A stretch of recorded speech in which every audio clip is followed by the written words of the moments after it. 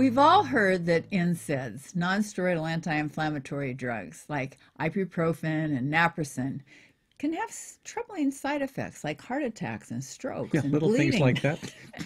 and Little hemorrhaging. details. Yeah. And yet doctors continue to prescribe them, knowing that they cause 30,000 deaths a year and 300,000 hospitalizations.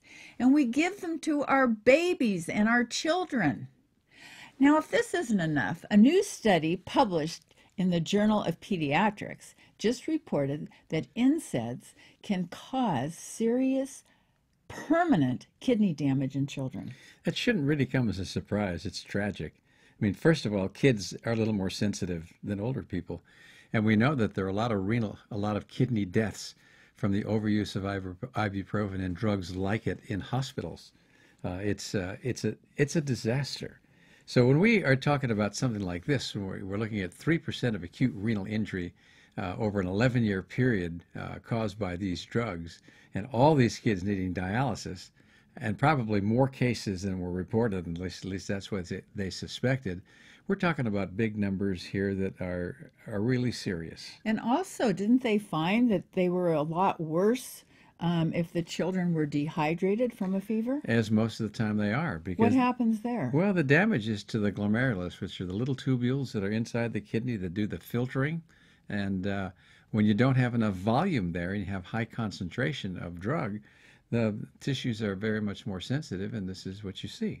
You know what really irked me the other day is that I was watching Kelly and Michael, Kelly Ripa, and the show that they had, Motrin for Children's Motrin, was giving prizes. They were sponsoring the prizes. Go with our direct-to-consumer ads again. Yeah, and she said, "Oh, Children's Motrin, that's so great. My son had a high fever and I didn't know what to do, and I gave him the Motrin and he got all better." Oh my gosh. And so I was thinking, she doesn't even know what she's talking about, because there are better ways to handle a fever than to give a child a drug that could possibly cause them permanent kidney damage and put them on dialysis. Well, you're a nurse. What did you do when kids got high fevers? Well, what you do is you put them in a tepid bath, and then you rub their skin quickly. It's called friction. Yeah, it dilates up the blood vessels, so the cold gets in there easier. Lightly when they're in the tub, maybe take the washcloth or whatever and quickly rub their skin that way, and their fever will come down. Right. So there are simple, safe ways to do it that don't require using toxic drugs. And safer than aspirin and Tylenol also, as well as the non-steroidal anti-inflammatory drugs. Right. So if you do the natural things, you're going to be ahead of the game here. And if you are just thinking, well, you have to do something like a lot of people do, I'd think twice. And when you're looking at trying to lower someone's temperature, you got to keep in mind that there's a reason why these kids have a fever. The other thing to be aware of is that these children in the study were taking the recommended dose. It wasn't like the parents gave them extra because they had a higher fever or something. Right. Well, the benefits of fever need to be studied here.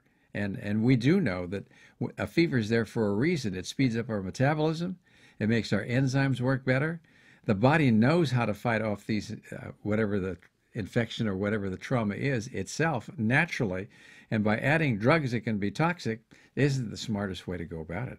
So I think we should be looking at what we're doing to ourselves, to our kids, and not believe so many of these direct-to-consumer ads that we see, because what they're interested in is selling product, return on investment. And of course, we are reading these things, and if we wise up, we'll listen to the last half of their study, which is often talking about all the complications that can occur. Then we'll be a lot less likely to take a chance on using a drug like just plain old ibuprofen.